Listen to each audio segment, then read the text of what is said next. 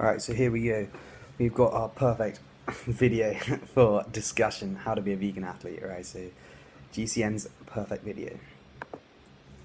Now, you might have seen a recent video here on GCN where we tackled the question of whether or not it was possible to be a vegan professional cyclist. And we did it with the help of Nigel here, who's a top nutritionist, Nigel, what a legend. World Tour teams and British cycling for a number of years. The answer was emphatically yes, wasn't it? Absolutely, Simon. Yeah. Now, it might have... Right, so they've done the first thing, you can be a vegan cyclist. So, done that. Now they move on to more like practical advice of what they recommend. A few questions for you, because if you are interested about things from your experience, More product. It might have been yogurt, it might have been cheese, chicken, whatever, steak, to none at all. And I thought that I'd really suffer. I thought that I'd really miss it.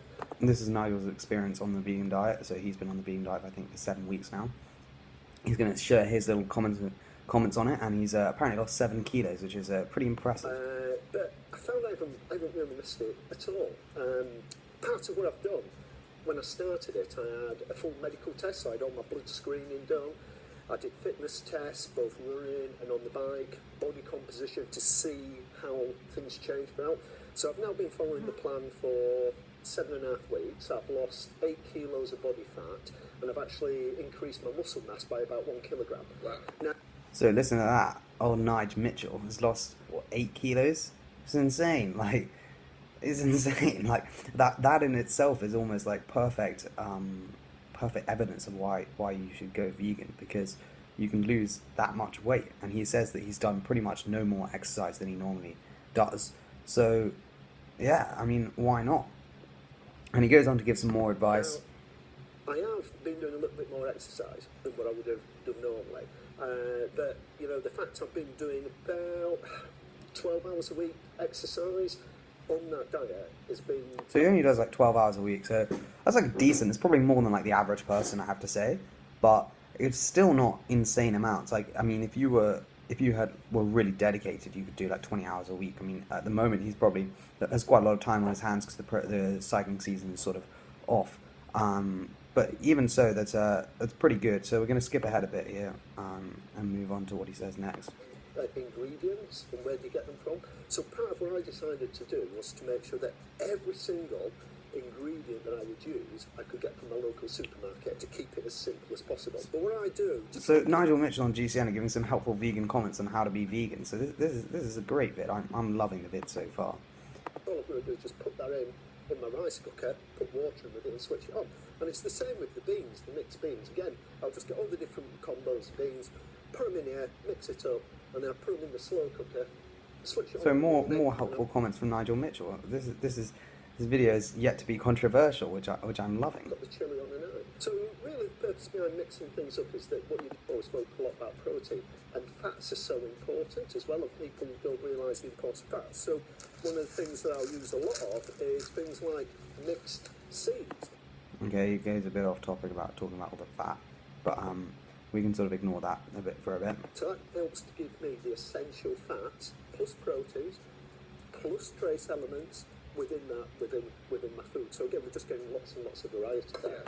So that's what he says, get lots of variety, which I think, yeah, is very key.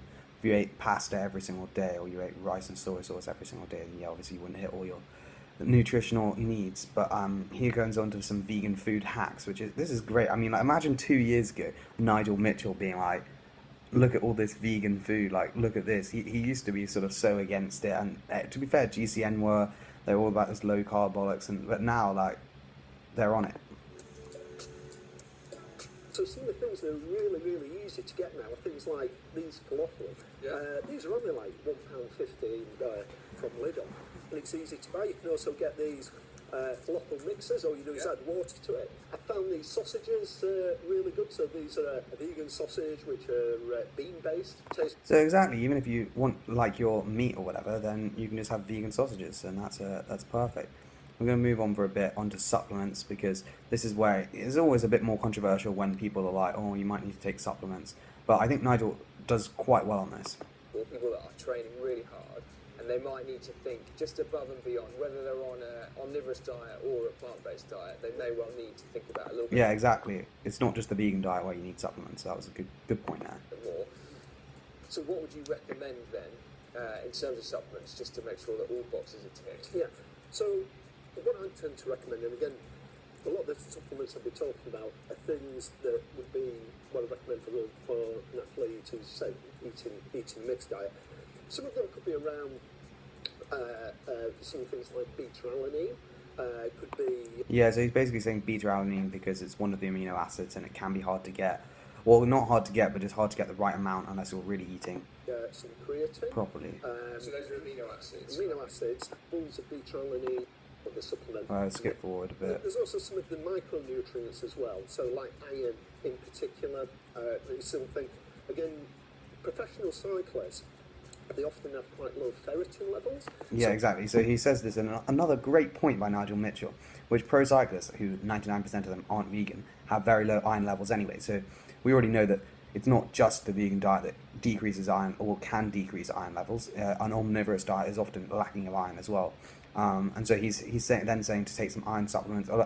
Back in the day, a lot of pro cyclists used to take iron injections because that was sort of more allowed. Now they don't like doing injections very much anymore because it's sort of seen as the gateway to doping or whatever. But iron and B12, those are the key levels, key things to think about when you're trying to be a pro cyclist. Ferritin is the body's store of iron, transport oxygen in iron. The mid-90s around omega-3s when I was working with cancer patients, we were looking at using omega-3s to help reduce some of the muscle loss that cancer patients had. So always a bit... So he's talking a bit more about omega-3s. It's always a bit skeptical. I feel like he just concentrates on some things a bit too much, where it's like, if you have a bit of oil in your life, which like 99% of people do, then it tends to be fine. Are all antioxidants as well. So I'm wedded to my snacks. You always recommended a yogurt and a piece of fruit mid-morning, mid-afternoon. What's the vegan alternative? So what I've been using at the moment, mid-afternoon, is a portion of pistachios. This is a little bit more than a portion of pistachios. A portion would be a good handful. One of the other things, I mean, we've just got it here actually, is that's gone down a lot, is some brownie that I made. That would go a lot better with... Exactly, like he makes vegan brownies, like it's going to be far healthier than having some yogurt or whatever, all the dairy hormones in that. That's definitely better from Nigel Mitchell. It could, exactly. But the pistachios are a great snack. Things like, what are the 9 bars? Things like the 9 bars. These are... Yeah, exactly. This is the thing, is like the upgrading food. By just going vegan, you just cut out like useless things that you don't need, like the stupid dairy products. And then from then on, you just genuinely eat healthier because you pick a 9 bar, you pick some fruit or whatever, instead of having some dairy hormones. So that's just it's going to be a lot healthier, and that's why you're going to lose weight. I think I've used my pro riders for years. I remember, crikey, when did Rob Ailes... A mistake that people make is that they won't have the snacks. And part of being on a plant-based diet is about being more organised. So when I travel anywhere, I have to make sure I take pistachios with me. Again, he's just great advice here from Nigel Mitchell. I just can't really criticise him that much. He's saying like when you're vegan, you have to think about what you're going to eat, because you might go somewhere and be like, right, I want a cereal bar. Then you go to buy a cereal bar, it's got honey in it, or you go to buy a cereal bar and it's got milk coating on it, or I don't know, something like that. So you just need to be a bit more like organised, which is just great advice. Like this is just solid advice so far. With me. I'll take a banana with me. So I take those foods with me. Great stuff, Nigel. Thank you very much for that. To recap for you, some of the key points are to mix up your food groups. So we've got your mixed grains there, your mixed pulses, your mixed seeds, just to make sure what the nutritional profile is. Absolutely, yeah. Mixing them up.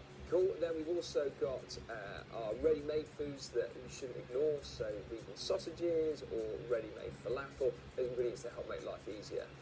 Then we've got our supplements, so if you're training hard, then you might want to look at supplementing your diet. And then finally, it's about getting organised. Got to be organised, absolutely. Got to be organised.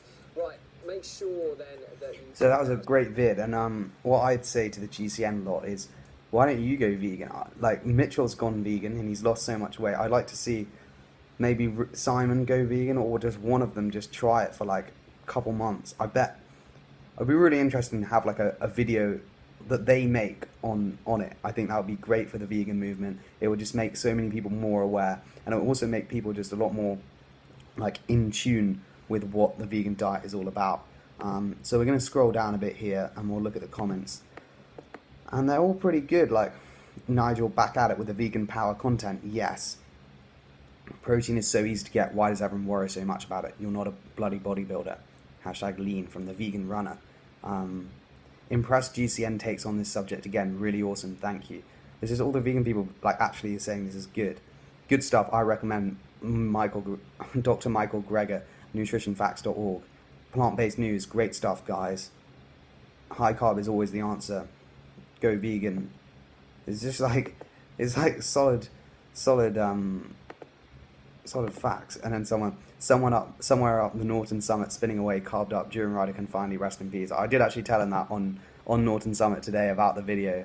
I'll also wait for his response, but it was great comments. And Nigel Mitchell has changed so much. He's like lost weight, but he's just his whole attitude has changed. I feel like GCN's whole attitude has changed. They used to be so dismissive of it, and now they're like, yeah, it's here to stay. So I threw out the gauntlet, GCN, go vegan, and make a video series on it, and that would be insane.